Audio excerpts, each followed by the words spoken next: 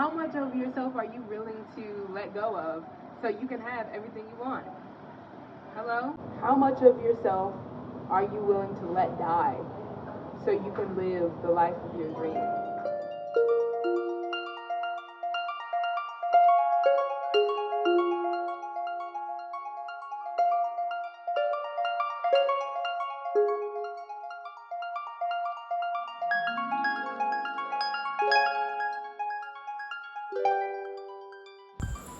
When the thought first came to me of turning my excess into abundance, my original thought was, of course, sell it. Because what else is abundance but monetary gain, financial resources? How else do you access the ability to move as you please?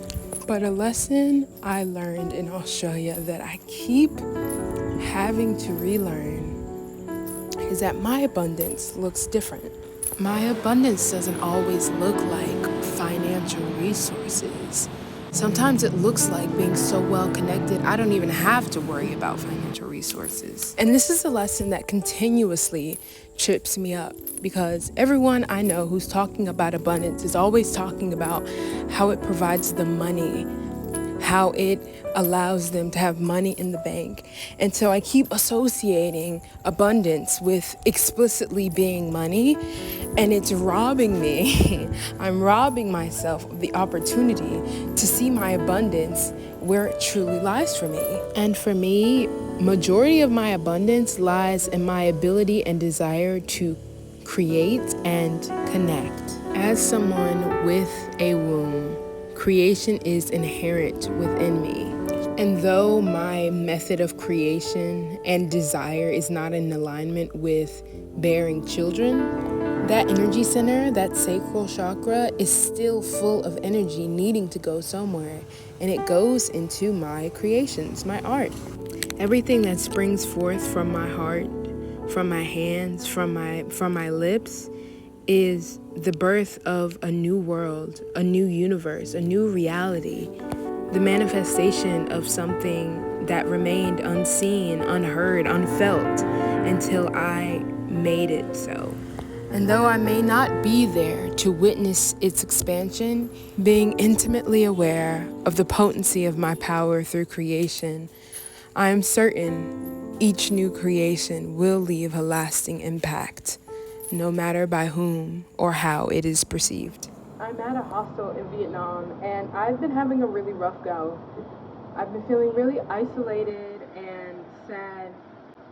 I came here to volunteer, and none of the opportunities to volunteer have turned out the way I expected them or wanted them to, and it's left me feeling very depleted.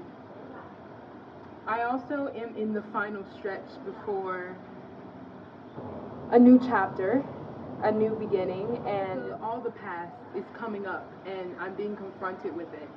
And it's really funny, like I am trying to turn my excess into abundance. I have like 20.4 kilo suitcase full of things that I'm not really using. But the point is, I'm trying to get rid of things, and this is one of the things I would like to release, surrender. It's the universe has your back. It's these affirmation cards that I don't even remember where I got them from, but I got them. I know that I was excited for them because I have a journal by the same artist and writer duo, Gabrielle Bernstein and Michaela Ezra. I have a journal from them. It's about being a master manifester, and I love writing in that journal. Like that journal, I always come back to it. I realize I'm not a serial journaler. I'm like I go to it and I come back. I'm an iterative creator. You know, I don't just stay linear. I'm not a linear journaler. I leave and I come back and I leave and I come back. You know, I'm losing the plot. I was trying to get rid of these deck of cards. I still am, because they're taking up space in my suitcase that could be better used for things that I'm using more often. I can count on one hand the amount of times I've opened and used this deck. But yesterday I told my friend Ramon about how hard of a time I'm having up here and how much like the past and childhood wounds are really getting to me and like popping up like in vivid memory in my mind and like causing me anguish and frustration and sadness and pain. And Ramon made a really good point that, this is the final, this is the growing pains of it, that this is when, you know, not the universe is challenging me, but it's definitely giving, like, the refinement of it all. You're going through the sieve, and it's painful because you're having to shed. It's the final shed. Editing Tsunami just wanted to make a comment that 3 types of shedding are happening right now that I can name. One, identity shed, which obviously there are some things, aspects of my identity that I have to shed before I move into my next chapter. 2, metaphorical, the snake shed, which, if you know anything about snakes, which I know very little, but I do know this, that snakes don't shed all at once. It's a slow process, and sometimes it comes off all at once, but sometimes it comes off in slivers, in pieces, and shards, and sometimes you get a nice little snake skin, and sometimes it just comes off in tatters. You're rubbing off on trees, it's flaking off. It's not always pretty. And there's a third shed, the womb shedding. My creative center is shedding. It's like, okay, I've learned all these lessons, I've gained all this wisdom, and this is what has been collecting in my womb space that now I will release into another form of creation. And right now, I don't fucking know.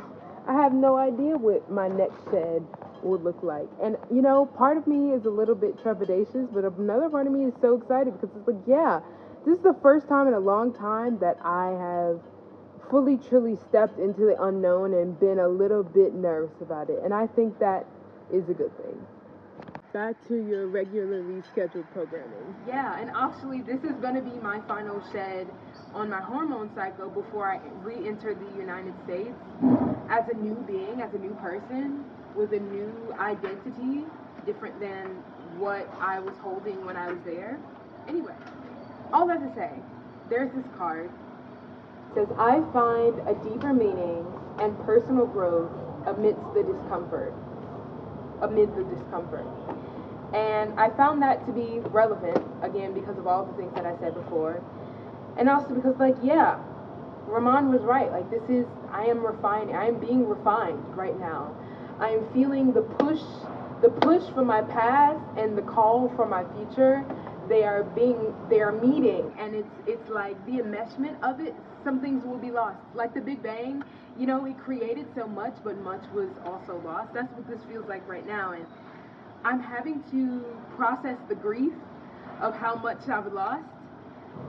And I thought I had accepted it, but what I had really done was resigned myself to it because it's like, oh, I'm abundant, more will come back or something better will come. But I never really gave myself space to grieve relationships, grieve my mistreatment, grieve my experiences. I never gave myself the space, time, or opportunity to grieve. And I made a new friend here on YouTube, and they literally just posted a video today talking about making a funeral. And it's funny because I literally wrote in my journal, I wrote in my journal notes about having an artifact funeral, about there are physical things that I've lost in the past 6 months that I haven't really grieved. I've been frustrated about losing or frustrated about, not having access to anymore. And also relationships that I'm grieving that I haven't really given myself space to grieve. But now I'm like, I need to, again, turn my excess into abundance. I have all this grief. I need to let it go so that I have space to receive the abundance that I know is waiting for me because I desire it so deeply, because I can see it so deeply in my heart space. I know that it's not even an if, it's just a when.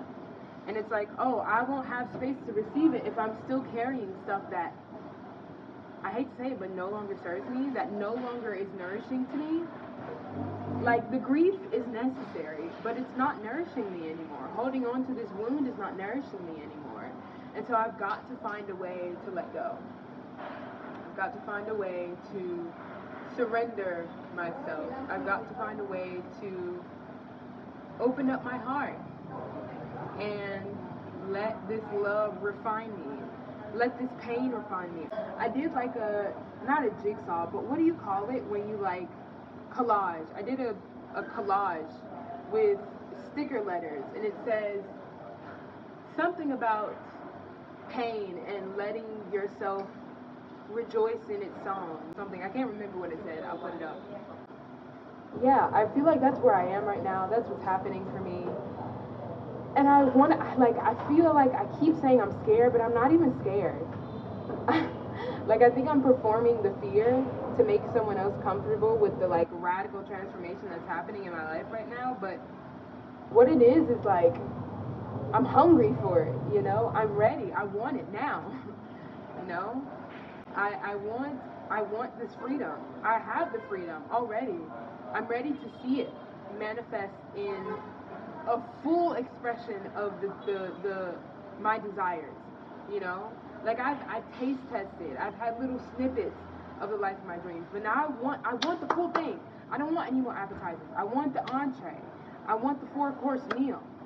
Stop teasing me with bits and bobs and little pieces here and little pieces there, or, oh, that's almost it, but not perfect. No, I want it all right now. And so with that attitude, it's like, okay, what are you willing to surrender? How much of yourself are you willing to let go of so you can have everything you want? Hello? How much of yourself are you willing to let die so you can live the life of your dreams? How much of your shame are you willing to surrender in order to live the life of your dreams? How many lies? How many shadows? How much darkness are you willing to step into in order to live the life of your dreams? Because darkness isn't only negative. Darkness is unknown. Darkness is lack of clarity. Darkness is uncertainty. But it's only by walking through darkness that I've come to this point to be such a light in my own life and to in the lives of others, you know? It's only through surrendering to the lie that I should be ashamed of myself, that I should hide from myself, that I'm too loud, that I'm too sensitive, that I'm too this, that I'm too that. And maybe I am. Maybe those are truths, but allowing those perspectives, opinions to stop me from still existing in the way that is not, you know, letting all these opinions and externalized reflections stop me from living in my most authentic, most integrative truth. How much of that am I willing to let go, you know? Because at the end of the day, I want a life that's bigger than anything I've ever seen before. I want a life that's bigger than anything my ancestors have seen before. Or maybe that's not true. Maybe they have seen it and I'm just recreating it in the modern times. I don't know. I did have that reflection a few years ago. Like, I'm not the first one living a life like this. I'm not the first one who's traveled across the world under a million different names to find themselves, to return home and create a life of adventure, of joy, of fun, of pleasure, of ease. I'm not the first, and I sure as fuck won't be the last. How much permission are you willing to give yourself to speak your mind?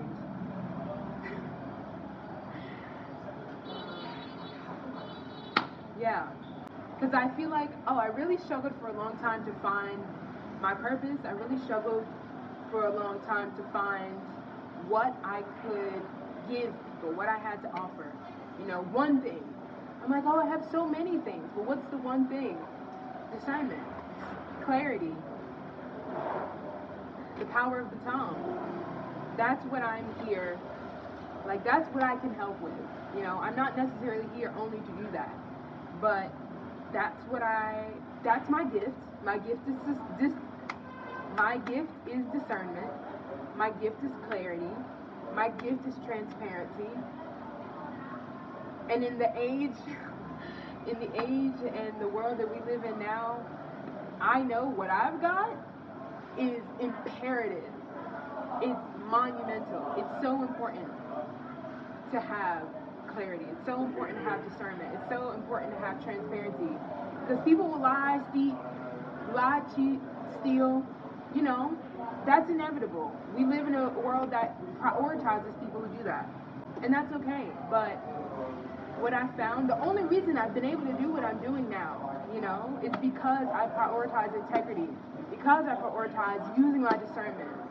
Even when someone seems to have something that's in alignment with my desires, my discernment already knows. You're lying to yourself before you even open your mouth to speak to me. I don't want to work with you. Sure, you have all the money. Sure, you have all the connections, but what's your spirit like? You know, how comfortable are you with your naked truth? How much do you hide from yourself because you're afraid of what you see? How much do you hide from other people because you're afraid of what they might see? Like, I don't want to work with people like that. That's lack of integrity. That's lack of discernment. We don't do that here. We're creating a new world order. And that means destroying systems that run on your silence, that run on your lack of integrity. And so, anyway, this is what I'm doing now. And I'm really excited I'm so excited to be clear about it. I'm so excited to share my truth. And I'm excited to finally know what I'm here to do. Or at least what I want to do in this chapter, in this next chapter. Anyway, thanks for listening. Check all the links in the description. I love you. Bye.